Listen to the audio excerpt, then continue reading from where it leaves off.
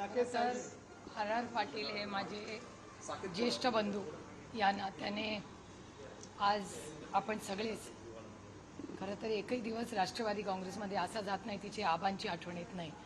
त्यांनी महाराष्ट्रासाठी पक्षासाठी आणि आमचे ज्येष्ठ बंधू म्हणून एक कुटुंबाची जबाबदारी म्हणून ज्या पद्धतीने महाराष्ट्र एक कुटुंब आणि राष्ट्रवादी काँग्रेसमध्ये एक ज्येष्ठ नेते एक भाऊ म्हणून जे योगदान केलं आहे हे आम्ही आयुष्यभर कोणीच कधीच विसरणार नाही. हे राजकारणाच्या पुढचं एक महाराष्ट्राची अनेक दशकांचं असलेले हे ऋणानुबंध हे महाराष्ट्राची जनता ही कधीच विसरणार नाही. आणि आज मला आबा गेल्यानंतर ज्या पद्धतीने वहिनींनी जबाबदारी घेतली आणि त्यानंतर आज रोहित एक नवीन नेतृत्व म्हणून रोहितकडे आम्ही सगळे पाहतो आणि खूप मेहनती मुलगा आहे. अनेक वेळा तो जेव्हा भाषण करतो तेव्हा डोळे बंद केले की असं वाटतं आबाच बोलताय. त्याच्यामुळे अतिशय एक सुसंस्कृत कुटुंब आणि महाराष्ट्रामध्ये जर नवीन पिढीला राजकारणात यायचं असेल तर कुठल्याही नेत्याचा अभ्यास करून पुढे कर्तृत्व दाखवायचं असेल तर आर पाटलांकडे एक आदर्श पुत्र, एक आदर्श नेता, एक आदर्श भाऊ, आदर्श पती म्हणून त्यांची आठवण महाराष्ट्र अनेक वर्ष पुढेही लक्षात ठेवेल आणि एक आदर्श म्हणून मीही त्यांच्याकडे पाहते. राजकारणात सध्या आपण पाहतो की अजितदादांच्या मुख्यमंत्रीपदाची जोरदार चर्चा आहे. मात्र दादांच्या मुख्यमंत्रीपदासाठी पवार हे करत आहेत. जर पवारसाहेब इथे आले तरच दादा मुख्यमंत्री म्हणतील असं वडेट्टीवार म्हणतात. ठीक आहे, ही आमच्यासाठी तरी अजूनही लोकशाही आहे. त्याच्यामुळे प्रत्येक पक्षाच्या प्रत्येक नेत्याला त्याला जे वाटतं ते बोलायचा अधिकार आहे.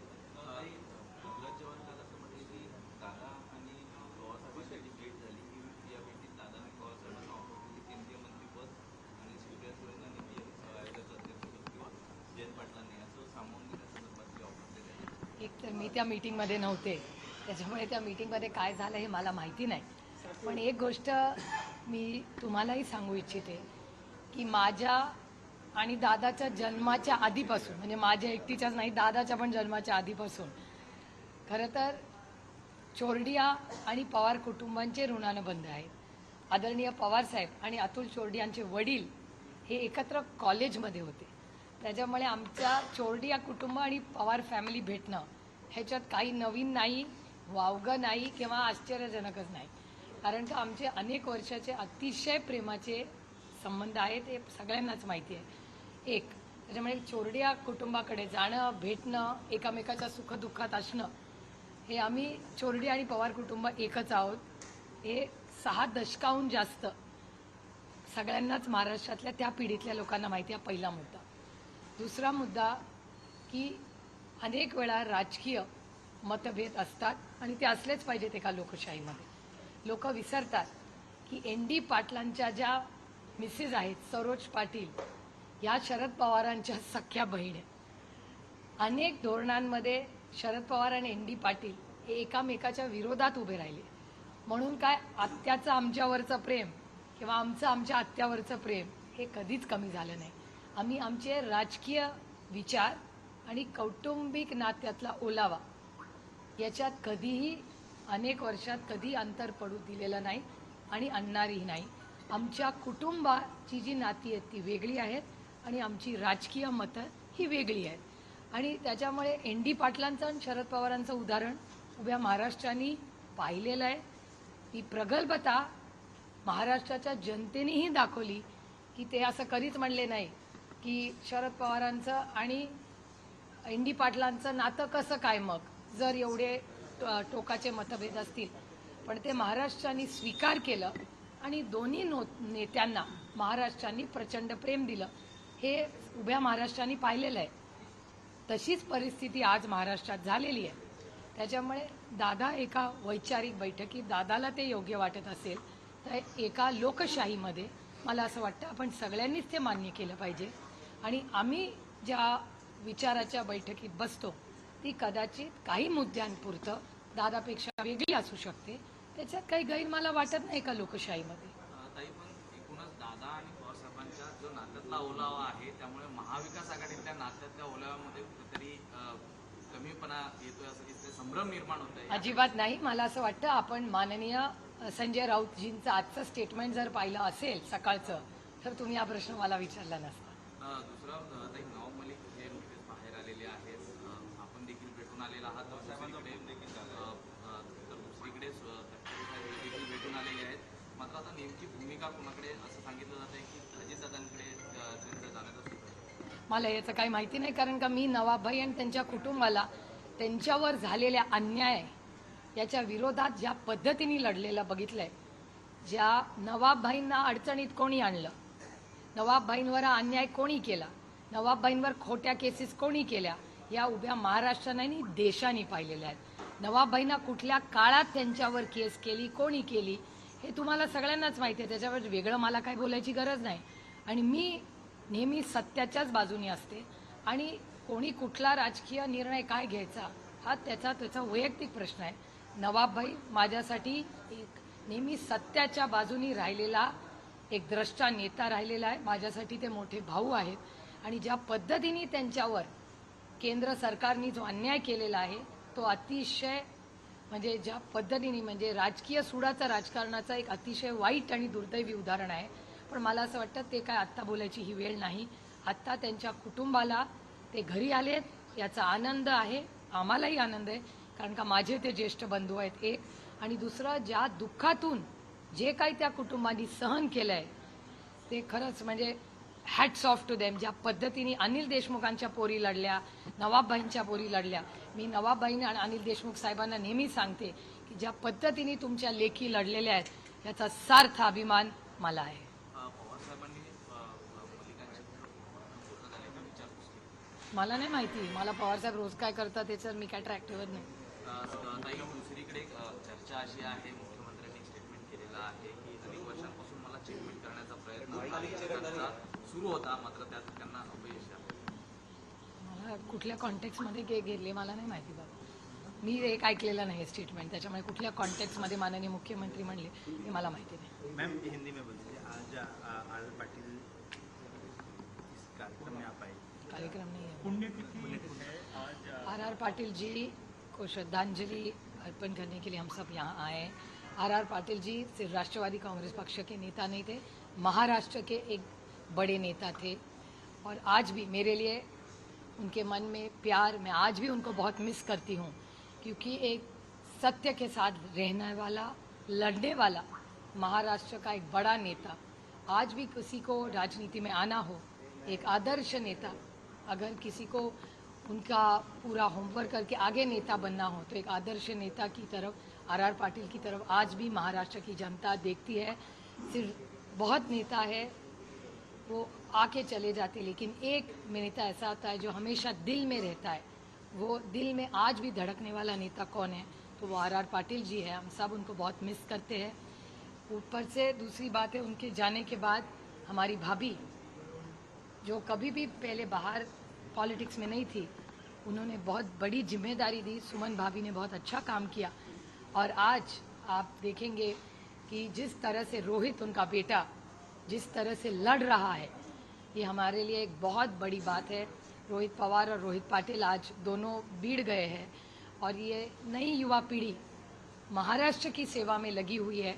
और उसमें रोहित पाटिल आज उनके फादर के जो सपने महाराष्ट्र के लिए थे वो लेके आगे जा रहे हैं. ये मेरे लिए बहुत गर्व की बात है. मैम आपने एक इंसिडेंट सुना होगा जिसमें कुछ लोगों ने एक कपल को की बहुत जमकर पिटाई की बैंड्रा टर्मिनस पे. उसमें एक लड़का जो है वो मुस्लिम है, लड़की हिंदू है. उस मामले में किसी भी तरह की कार्रवाई उन लोगों पर नहीं हुई जिसने उन लोगों की पिटाई की. पुलिस ने किडनैपिंग का केस रजिस्टर किया था, लेकिन ये लोग पकड़कर पुलिस के पास देना, तो पुलिस मैकेनिज्म क्या कर रही है, तमाम सवालों पे.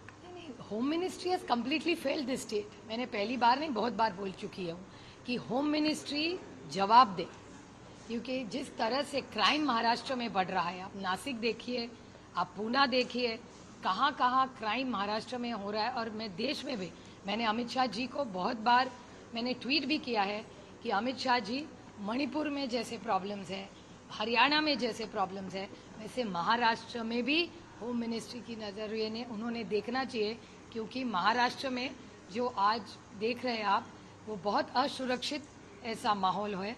और मुझे अमित शाह जी से विनती है कि उन्होंने महाराष्ट्र का भी मणिपुर और हरियाणा के साथ रिव्यू लेना चाहिए। महाराष्ट्र के कई जिलों में ऐसे मामले सामने हैं जहां पर लोगों ने पाकिस्तान की स्वतंत्रता दिवस को देखते हुए स्टेटस डाला या ये ऐसी बातें आई। मुंबई के कुलाबा में भी एक इंसिडेंट सामने आया जिसमें 19 साल के लड़के जो कॉलेज में पढ़ रहे हैं वो अपने इंस्टाग्राम पे एक स्टेटस लगा रहे हैं जिसमें पाकिस्तान की स्वतंत्रता दिवस को सेलिब्रेट कर रहे हैं। पुलिस ने खैर कार्रवाई की है, लेकिन ये तमाम इंसिडेंट्स को आप कैसे देखते हैं? एक तो मुझे पता भी नहीं, मैं आपसे ही सुन रही हूँ, पता नहीं ऐसे चीज़ें आपको मालूम कैसे होती हो, क्योंकि मैंने आज जो पेपर पढ़ा उसमें तो मैंने पेपर ना टीवी पे देखा है, तो I can't talk about something unless I factual. अगर आप मुझे वो दिखा दे तो मैं ज़रूर उस पर टिप्पणी करूँगी। ताई, एक सवाल आपसे ये है, बीते दिनों सीक्रेट मीटिंग के बारे में बार बार बातें कही जा रही हैं। पवार साहब ने खुद भी क्लैरिफाई किया है, आपने भी क्लैरिफाई किया है। सवाल अब इस बार जो है पृथ्वीराज चौहान साहब के स्टेटमेंट से हुआ। उन्होंने कहा है कि आपको जो है केंद्र में पद ऑफर किया गया है, शरद पवार साहब को भी केंद्र में जो है एग्रीकल्चरल पोस्ट और तमाम ऐसे कैबिनेट पोस्ट जो है वो ऑफर किए गए हैं। मेरा सवाल आपसे सीधा है, क्या आपको किसी भी प्रकार का ऑफर भारतीय जनता पार्टी से आया है? क्या इन तमाम मीटिंगों में आपको कोच करने की तथा पवार साहब को कोच करने का प्रयास किया गया है? आपने मुझे सीधा सवाल किया है, मैं आपको सीधा जवाब ही दूंगी। मुझे किसी ने कोई ऑफर नहीं दिया है। सिर्फ 15 अगस्त का एक बड़ा सेल चल रहा है बहुत जगह, तो इसलिए कुछ महंगाई इतनी बढ़ी है तो शक्कर आटा कुछ सेल चल रहे हैं बहुत सारे ग्रोसरी स्टोर्स में, मैंने पेपर में पढ़ा। वो ऑफर मुझे पता है, बाकी कोई ऑफर मुझे पता कांग्रेस पार्टी के लोग इस प्रकार के बयान क्यों दे रहे हैं? आपके अलायंस पार्टनर है, कंफ्यूजन क्यों क्रिएट किया जा रहा है? क्या जानबूझ के ऐसी बातें की जा रही है? उनका ये भी कहना है कि आप लोग चुनाव भी जो है वो हो सकता है कि महाविकास आघाड़ी में फूट पड़ जाए और कांग्रेस और उद्धव गुट जो है साथ में चुनाव लड़े। क्यों ऐसे बार बार स्टेटमेंट दिए जा रहे हैं? वो मुझे नहीं खुश पता। नहीं है लोग। आपको उनको ही पूछना पड़ेगा, क्योंकि ना पवार साहब ने ना मैंने कुछ स्टेटमेंट किया है। जो कर रहे हैं उनको ही पूछना पड़ेगा, क्योंकि मुझे इसके बारे में कुछ पता है। ताई, विजय वडेट्टीवार ने आज साफ तौर पर कहा है कि एक ऑफर आया है और अजित पवार की दादा की मुलाकात लगातार इसलिए हो रही है क्योंकि वो शरद पवार दादा सर को मनाना चाहते हैं। तो क्या आपको लग रहा है कि ये जिस तरह से लगातार, क्योंकि कांग्रेस के साथ हैं, मुख्यमंत्री महाविकास बनने की आघाड़ी होड़ है ऐसा? अभी कांग्रेस ने जो सवाल किए है उसका जवाब कांग्रेस ही दे सकती है, मैं नहीं दे सकती, क्योंकि मुझे कुछ पता ही नहीं है इस बारे में। ना मुझे किसी ने ऑफर दिया है, ना किसी ने मुझसे बात की है, तो I can't comment on something which is hypothetical and I don't know. Don't you think that there is a lack of communication within the Mahavikas Aghadi? Because the Congress party people are time and again making statement on Nationalist Congress Party. Why there is a need to comment on the alliance partner? I really can't comment on that because I'm constantly in touch with Sonia ji, Rahul ji, Gaurav Gogoi, Khadge ji. So I'm personally in touch with all their senior leaders in Delhi. So I really don't know what the leaders in Maharashtra have to say, but I'm constantly in touch with each senior leader. I mean, Khadge ji and Mr. Pawar speak almost every day. Rahul ji and I sit on the same bench in Parliament, so I get a lot of opportunity to chit-chat with him. Sonia ji fortunately sits right in front of me, so I get a lot of time together to discuss a lot of important issues, and she's very, very kind and indulgent while talking to even junior people like us who are members of Parliament. She's very, very indulgent with her time with us. And Gaurav Gogoi and I sit we sit together. We sit together and strategize all our parliamentary moves in Parliament. So I have access to all the leadership in Delhi. So I really would not be able or be in a position, and it would be unfair on me to talk about their leaders in Maharashtra because I really haven't spoken to them, nor have they reached out to me. जिस तरह से confusion को phone किया, आप क्या कहना चाहेंगे इसके बारे में? वो मुझे पता नहीं, वो औरंगाबाद में है, मैं बॉम्बे में। आपने कहा कि किस तरह से अन्याय हुआ नवाब मलिक की फैमिली को। वेल, नवाब भाई, अनिल देशमुख जी, संजय राउत जी, और कितने आपको मैं ऐसे पॉलिटिकल केसेस बताऊं।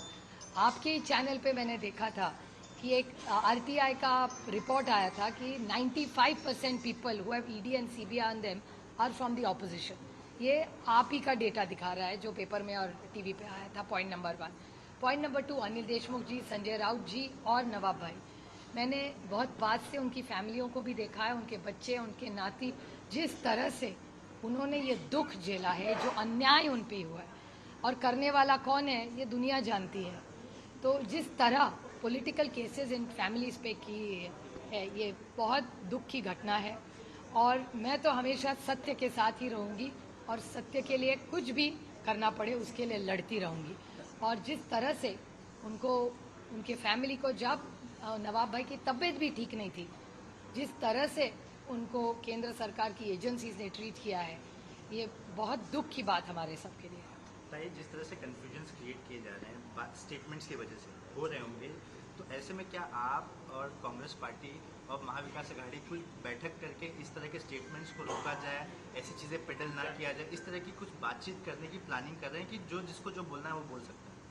नहीं, for me it's a democracy, हाँ। तो जिसको जो चाहे बोले, कोई दिक्कत नहीं है, क्योंकि हम लोग तो कुछ बोल ही नहीं रहे। संजय राउत जी का स्टेटमेंट आप पढ़ चुके हैं और बाकी के statement I think it's a democracy. और मैंने जैसे आपको कहा कांग्रेस के बारे में, मैं जब दिल्ली में रहती हूँ तो माननीय सोनिया जी, माननीय राहुल जी, माननीय खड़गे जी, गौरव गोगोई जी, उनकी सारी दिल्ली की जो लीडरशिप है उनसे रोज बात, एक दो दिन बात हमारी होती रहती है। We are in constant contact with their daily leaders. एक जो महत्वपूर्ण सवाल लगातार और मैं एमपी हूँ तो मेरा संबंध वैसे दिल्ली की लीडरशिप से आता है ज़्यादा।